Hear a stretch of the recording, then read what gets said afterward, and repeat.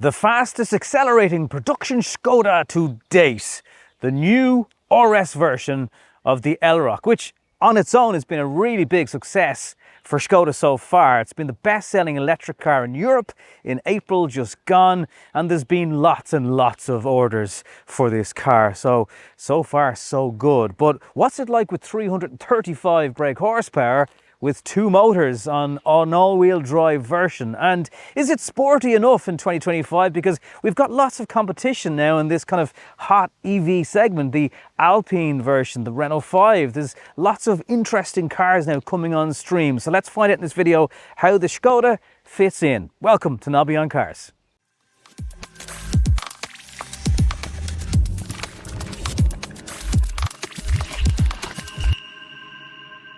Now, if you watched my earlier video in Ireland of just the normal version of the Elroq, you might have heard me mention that the Sportline is quite expensive in our country. So it's €50,000 give or take. Where this car is more expensive, it's about 54,000 after grants, but this is the version that sort of means you don't need to tick too many option boxes. There's still a couple of packs to give you things like a head-up display, but I just wonder, is there actually better value in the RS version over the Sportline? Some of the differences then on the front of the car, so you get matrix headlights as standard, combined unit down here. There are more black pieces in the lower part of the car, and the tech deck face over the front. You will have seen this on the revised version of the Ioniq also. There are some packs that give you a wider camera on the nose here. This car that I'm filming today has everything added, but specifically for Ireland, for example, we're getting dynamic chassis control as standard on the RS. So again, there's reasons why I think you're better off skipping the Sportline and just going straight to this. If you're not aware, by the way, this is Mamba Green in the color.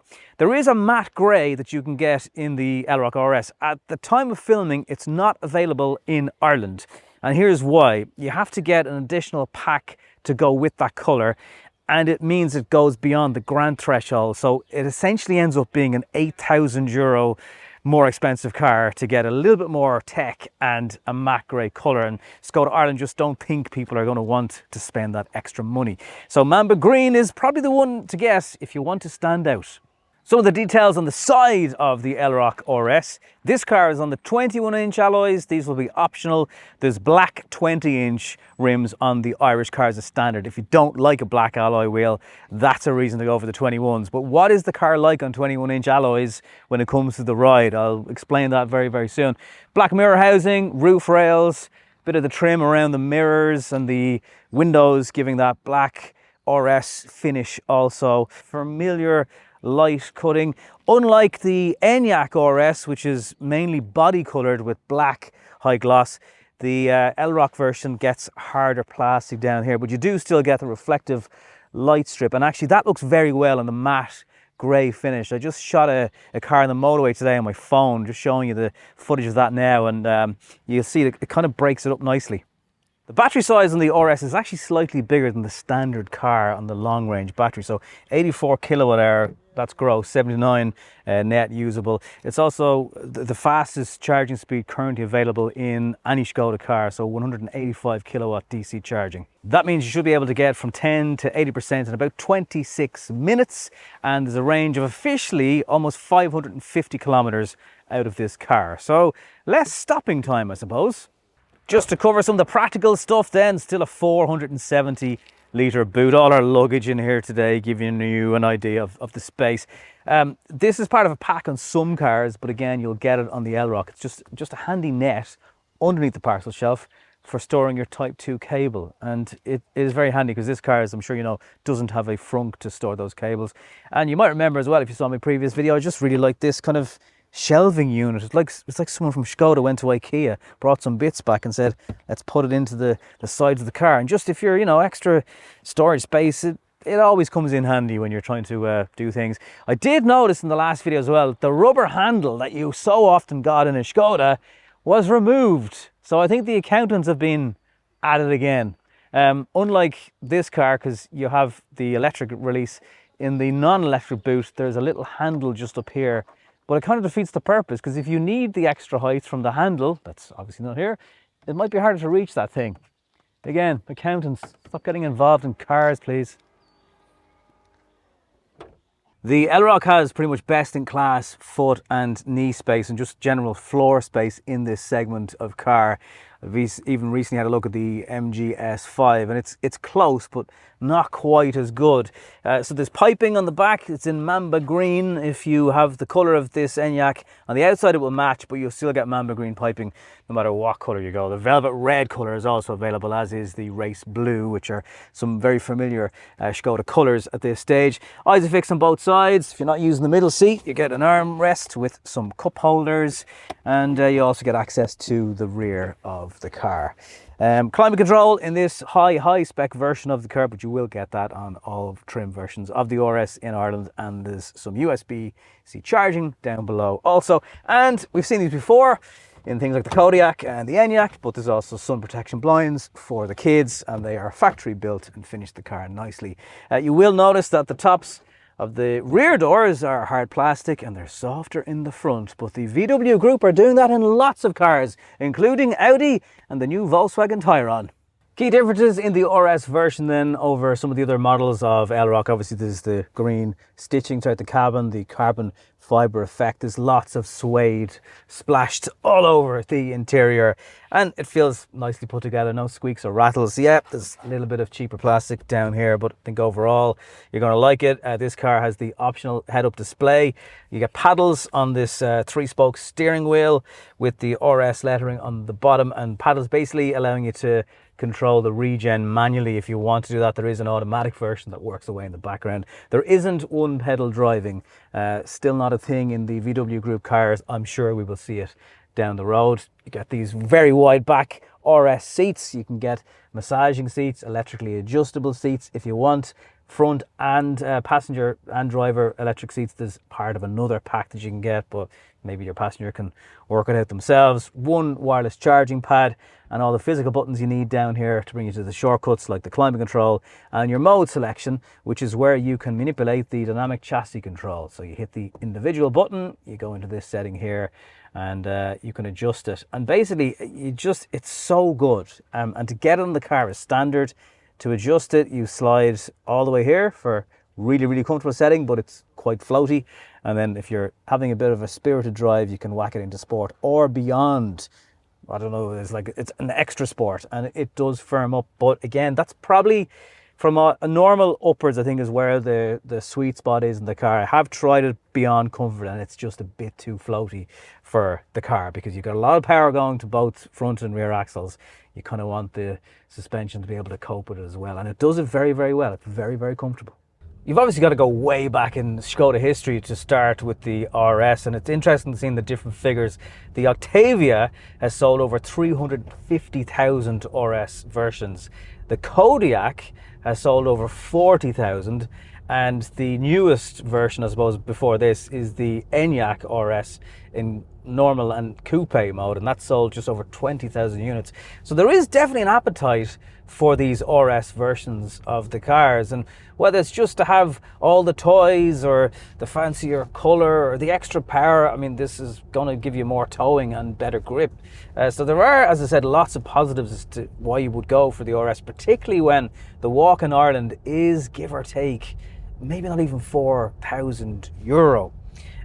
It's nicely balanced with the steering. The weight of it is nice. There's a bit of feedback throughout that. As is so often the case with this MEB platform, the brake pedal feel needs to have more bite in it. And again, I'm sure that's something that will be improved on the next generation of electric cars from the group.